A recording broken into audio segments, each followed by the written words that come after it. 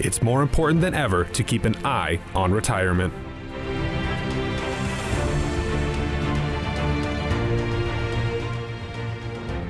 Hi, and welcome to Eye on Retirement, the weekly show that keeps you in the know about all things retirement. I'm your host, Doug Miller, and today we're diving into a real-life story that highlights how retirement planning is not a one-size-fits-all solution. That's why we have a team of professionals for this episode. Today, our panel includes Matt Goolsby, financial advisor and founding partner of Market Advisory Group, Lauren Dietz, tax advisor from Market Tax Services, Gerald Eidelman, estate planning attorney and founder of Eidelman Law Firm, and, of course, Corey Hebert, healthcare advisor from Market Medicare Advisors. Welcome, all. Matt. Yes, sir. You recently met with a couple, Ken and Renee, who've been clients of yours for a while. What's going on there? Sure. So Ken and Renee, they've been working with me for about two and a half years. And this summer, Ken, he had a serious accident and he fell off a ladder and had a pretty big head injury and lost a lot of blood. It was a real scary moment for their family. And Renee, she came in without her husband and I'm like, okay, what's going on here? This is already different. She was worried they'd have to spend all their money on nursing home care for her husband. Okay, well, understandably, unexpected medical costs can be a fear for many families. What did you find when you looked at their financial picture? Well, here's where it kind of gets interesting. I'm just a financial advisor, and I'm looking at the majority of their assets, other than their home, it's mainly in retirement accounts. And these individual accounts that she's got for retirement, most of it's in her name, not her husband's. And in Kansas, that matters, and I know that only because I work with the estate planning attorneys at Eidelman Law Firm side by side. And when someone comes in and applies for Medicaid or long-term care, Kansas only counts the retirement assets of the spouse who needs the care, what's oftentimes referred to as the institutional spouse or the spouse that needs the care. Retirement assets of the well spouse, the one that doesn't need care, they're not counted or considered available assets to pay for the long-term care for the institutionalized spouse. Good to know, good to know. But Gerald would be a better person to tell you about that. That's right. Well, this is a critical distinction because it's special to Kansas. Every state has different regulations, even though the Medicaid program is a federal program. It is managed by the states, and states get to put in rules that are more strict if they so choose. So the fact that Kansas doesn't count the well spouse's retirement account is huge. There's many people who one of the spouses had a better job, was able to get options from their employer that have grown their nest egg in retirement to a very large amount. And if that's the person that goes into the long-term care, then that will significantly affect the well spouse. In this case, we were fortunate that the well spouse's retirement account was particularly the larger one. And so that it wouldn't be at risk there, right? Because the majority of the money was in her. Correct. Right, so obviously, so if Ken and Renee lived in Missouri instead of Kansas, it would have been a different story?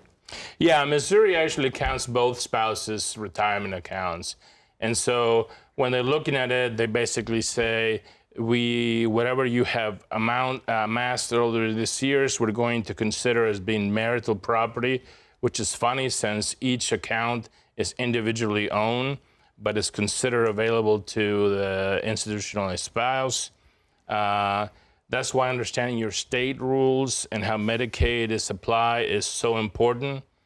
The rules vary widely, and even Kansas is subject to change its position in the future. So right now, we're very fortunate. And that's why when I brought him in the room to have that conversation, that really took a lot of pressure off her. It relieved Renee. So she thought they were going to lose everything. But because they live here in Kansas, they were able to show that her retirement assets, they don't count. So, I mean, that was kind of a big deal. Right, that does sound like a big deal. Let's bring Corey Hebert into the conversation. Corey from Market Medicare Advisors. What about Medicare? Does Ken's accident change anything there? Yeah, so not necessarily whenever we start to talk about long-term care. Medicare is not going to be assisting with long-term care, but some areas where it may be assisting would be things such as physical rehab or maybe a skilled nursing facility. And even at that, Medicare doesn't cover all of those expenses. There are very large gaps that can come in that. So it's important to understand when we look at Medicare, just because it's health care doesn't mean it covers everything. And Medicare, like you said, doesn't pay for long-term care expenses. In fact, if you're not getting better, they're not even going to pay for your rehab, right? Yeah, and within the skilled nursing facility, there are definitely showing signs of continual progression is important in skilled nursing. And if we're not doing that, Medicare can quit paying. But that's why we have to look at this all from all angles. Medicare, Medicaid, taxes, asset protection. Ken and Renee's situation, it's a perfect example of how retirement planning is a team sport. And another big takeaway from their story is that planning gives you options. If they hadn't already moved most of their assets, well, into Renee's name, and it wasn't that they moved it into Renee's name, it was just that they were in Renee's name, they could have been facing a very, very different outcome. That's right. I mean, one of the things people should be aware is, asset ownership. We can't wait until a crisis, like in this case, happens to begin making plans. One of the things we do is we try to get ahead of that because when in a crisis, you may not have as many strategic moves to make and protect your assets. All right. So, Gerald, what kind of legal documents should people have in place should something like this happen? Well, we typically want people to have a basic estate plan, and in general, we recommend a revocable trust, powers of attorney, which are extremely important because in this case, if they didn't have powers of attorney, the wife couldn't speak for the husband or vice versa. Then we also want to make sure that they have a will in place in case they leave property outside of the trust. And, this can help manage assets and avoid probate. And it gives flexibility to the one spouse that becomes incapacitated. Now, the revocable trust, though, that doesn't do much for Medicaid planning. That's more like for legacy planning. Medicaid planning would be a different trust, right? That's right. So one of the things we do is we encourage people when they get certain age, usually has to be a place where, you probably are retiring or somewhere near that, where you can set up a Medicaid asset protection trust, which is an irrevocable trust, and put assets in and circle them basically and put them in a bubble. And after 5 years of being in there, they will not be counted towards your long-term care expenses, and you can protect them for the next generation. Good to know. All right, so Ken and Renee had their retirement plan in place, but things changed when life threw them a curveball. It helps to have a team that can respond to whatever life sends your way. Sometimes all it takes is a 15-minute introductory call to find out what your plan could be missing. To set up to that 15-minute call with Market Advisory Group, just dial 833-44-CORE-4 or 833-442-6734. You can also visit our website, retirementhelp.com. There you can check out past episodes where we take a deep dive into retirement pitfalls that you don't want to be falling into. So stay tuned for our next segment, Eye on Retirement, and we'll talk about how to prepare your own retirement to plan to handle unexpected events like Ken's accidents. We'll be right back.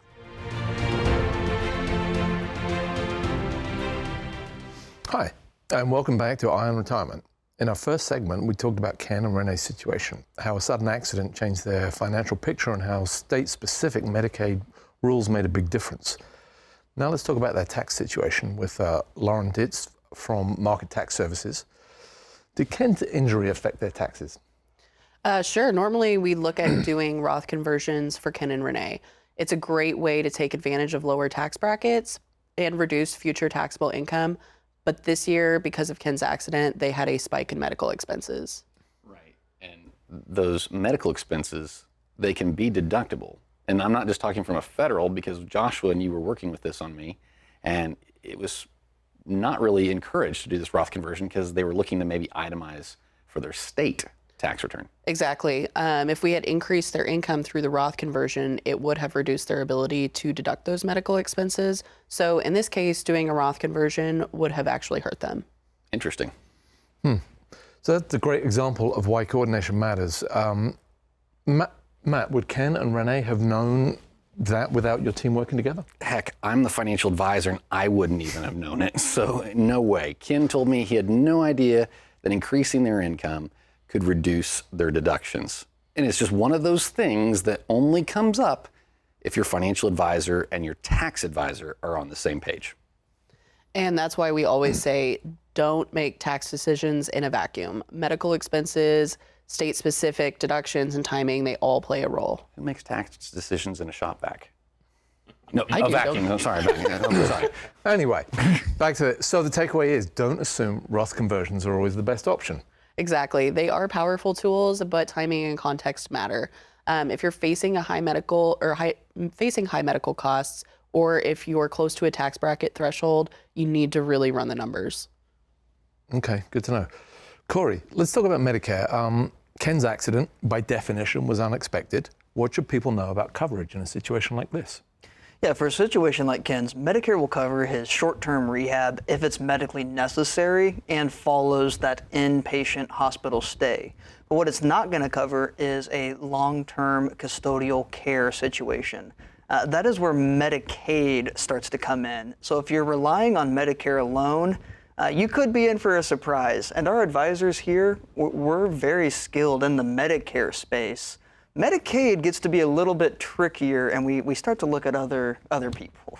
But that's why we always look at the full picture, because whether it's the Medicare, the estate plan, the investments, or the taxes, it all connects. Interesting. Hey, Matt, what are some practical tips that viewers can take right now? Love to. First, review your asset ownership. Make sure you understand who owns and what it owns and how it's titled. Second, talk to your spouse and your advisors about your long-term care plan. Third, get your documents in order. Power of attorney, like Gerald said, healthcare directive, and a will at minimum. All right, good to know. So, do you know all of the little nuances of the Medicare and Medicaid systems? Maybe you do. What about tax code or elder law? There's so much to keep up on in the retirement landscape, and it's always changing. To find out what you could be missing in your plan, you can set up a 15-minute no-cost introductory call with one of our advisors. To set up that 15-minute call with Market Advisory Group, just dial 833-44-CORE4. That's 833-442-6734. Or you can visit our website, retirementhelp.com, where you'll find past episodes where we dive into retirement pitfalls that you don't want to fall into. In the next segment of Eye on Retirement, we'll talk about how to build a retirement plan that can handle the unexpected. That comes your way right after this. Hi, and welcome back to Eye on Retirement. In our final segment today, we're talking about how to build a retirement plan that can handle the unexpected, like Ken's accidents, and still protect your future. Let's start around the table. Lauren, how would you look at this from a tax perspective? So if we would have gone ahead and done the Roth conversions like Ken and Renee were planning on doing, we would have come into an issue where it actually did end up hurting them. But a lot of times they're not going to realize that until they did their taxes the next year after this is all said and done and over with, and we can't do anything about it. Because doing the Roth conversion is just going to limit how much of those itemized medical deductions that they could use. And had I just been their financial advisor and pushed forward with the Roth conversion, I'd have been hurting them and I didn't realize it. Right. I mean, to me, it all starts with coordination. You know, Ken and Renee's situation, it shows us exactly how important it is to have your financial advisor, your tax advisor, of course, your Medicare professional that's helping you with those decisions, and then, of course, the elder law attorney. What is the elder? I don't know. Working together. I'm specializing in elder law. Elder law, there you Yes. go. Elder law. No one person can see all this. That's the problem. And if you can't see the whole picture, that's why we use our Core 4 report process. It's a step-by-step approach that helps people understand how this team-based planning really works. It's interesting. Matt, can you expand a bit more, tell us a bit more about the Core 4? Love to. Step one, it's just where you schedule that 15-minute introductory call with us. Now, we're not getting into too many specifics, but we're getting to know your background. And that call introduces you to our team and helps us understand whether you could benefit from going through this coordinated approach. From there, we move into that full appointment, about 60 minutes. We can either do that in person or virtually. We take a look at your retirement from every angle, the finances, the estate plan, the other risks and taxes, and that's the report. All right, so we're talking more than just investments. We're talking about everything that touches investments and your full financial life. Exactly. We're not just taking a look at the portfolio. I think that gets way more attention than probably anything else in your retirement. But that's not the only thing you need to look at. You need to also look at your health care. You need to look at your estate planning documents, your tax strategies, if you have any, and of course, that long-term care plan. It's all connected. Of course it is. Of course it is. You say so. On that point, let me also throw the question over to Corey. Corey, from a larger perspective, where does Medicare fit in? How does it work for many people? Yeah, so one thing that we haven't necessarily touched on yet within that Medicare space is the initial shock that does come with Ken's accident. We talked a lot about what is the fallout after that accident, but what does it look like right away? So a couple things I want to touch on real quick within the Medicare space is that, number one, we know there are hundreds of thousands of different Medicare secondary coverages we can choose to get to help have us covered. But with each and every one of those coverages, there is never a concern about a network when going to an emergency room. So whenever we're falling off a ladder and having a traumatic injury like this, the first question shouldn't be, and will never be, where should I take Ken? It is always, where can I get Ken in quick enough? Now, what we talked a lot about here today is what do we do right after or following that emergency situation. So if we are looking at an ER and then potentially transferring to an inpatient stay for 1 or 2 days to make sure that he is stable, inpatient stays, depending on your plan, can be subject to a network. And it can be important where you decide to spend those 2 days in the hospital. It's not until we really get into that long-term custodial care that Medicare starts to take that back road, and it's time to take a look at something like the Medicaid system. Medicaid, you better get the attorney involved, because Medicare is its own can of worms and it's got its own complications. But Medicaid, like Gerald mentioned earlier, it's a federal program, but it's administered by the states. And had she just looked up, in fact, we had someone in the other day that used AI. Do you remember him? Yes. And he said that he didn't even know that because AI didn't even tell him that Kansas didn't separate the assets. Right, and it's very important not to rely on just whatever you read online. Medicaid is really, qualification is really complicated. There's a lot of steps that need to be taken. We help people go through that process. We help them apply, we help them qualify. There's a lot of things that you won't need to do, if you can, ahead of time. But if you are at the last minute, there's things we can do to save some of your assets. And not just retirement assets from the well spouse, but also other assets of the couple. There's things we can put in place that can minimize the impact that a Medicaid event can have. So it's very important if you are at that point, and I have been with people in a situation where they come, I want to talk to me, okay, my husband or wife is moving on to the next Their husband and wife? Or what? Oh, okay. I'm like, wow. Is moving on to the next level of care. And what do we do now? I mean, do I have to sell my home? Do I need to be impoverished? And so we help people not get to the point where they lose everything. My biggest concern is that people start moving things around thinking they're doing good and they're actually helping themselves or hurting themselves. That's right. You have to have advice and talk to somebody who knows what they're doing about moving your assets. People start trying to gift property, which is a terrible idea. There's a 5-year look-back period. Any property that you give away without value, it's counted as though it was still in your purse. and therefore they're going to expect you to come up with that money from somewhere. Yeah. So you don't want to start giving away things. You want to sit down with an attorney, a specialist in Medicaid, and that can go through all your assets and determine which assets are best as we're making a division of assets, which to stay in which side of the spouse. And maybe just give this last point, and I'll give it back to you, Doug.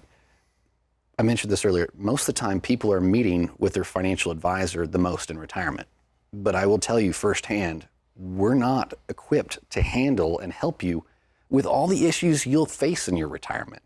And if you don't have someone or a team that you can rely on, the responsibility falls on the retiree's shoulder. And most people don't even know these things are going on. And they're just, dare I use the term, fat, done, and happy, and they don't know the difference. And it's going to bite them. And we see it happen too often. And it doesn't have to happen that way is kind of the point I'm making. Yeah, that's right. I mean, if we prepare, if we make specific recommendations and we split up money, having the whole team allows us to be able to make those things happen. If that people don't have to be out on their own trying to figure out how to qualify for Medicaid, how to save their little savings they might have. We help people do that. That's our whole entire purpose as part of the Adam and Law from Elder Practice, as part of Market Advisory Group, as part of all of us. We work together for the purpose of helping you retire and live well in retirement. It's just having that clarity, because whether it's your Medicare, your estate plan, Medicaid planning, your taxes, your investments, if you don't know how you can get hurt before it happens, most often we meet people after they've had a costly mistake. And that's why we do this TV show and our in-person classes, our radio show. We want to make sure people understand what they could be facing out there. And most people don't have a great team they can rely on. And there's going to be big changes to take advantage this year with this one big, beautiful bill. Yes, there will. Well, all good to know. Matt, let me just ask you one question. How's Ken doing? Ken is actually doing pretty good. I actually saw him this week. week. Yes, we're very grateful to have him back in. Good to know. So it's a beautiful thing when we all work together. Instead of being blindsided by taxes or IRMA, decisions can be made while looking at the whole picture. If you'd like to see what might be missing from your retirement picture, sometimes all it takes is a 15-minute call. To set up that 15-minute call with Market Advisory Group, just to see if we're the team for you, call us 833-44-CALL-4. That's 833-442-6734. Or you can visit us at the website, retirementhelp.com. You can also check out past episodes where we dive deep into retirement pitfalls that you don't want to fall into. And that's all the time we have for this episode. Thanks for tuning in. I'm Doug Miller, along with our panel, reminding you we're here to keep an eye on retirement.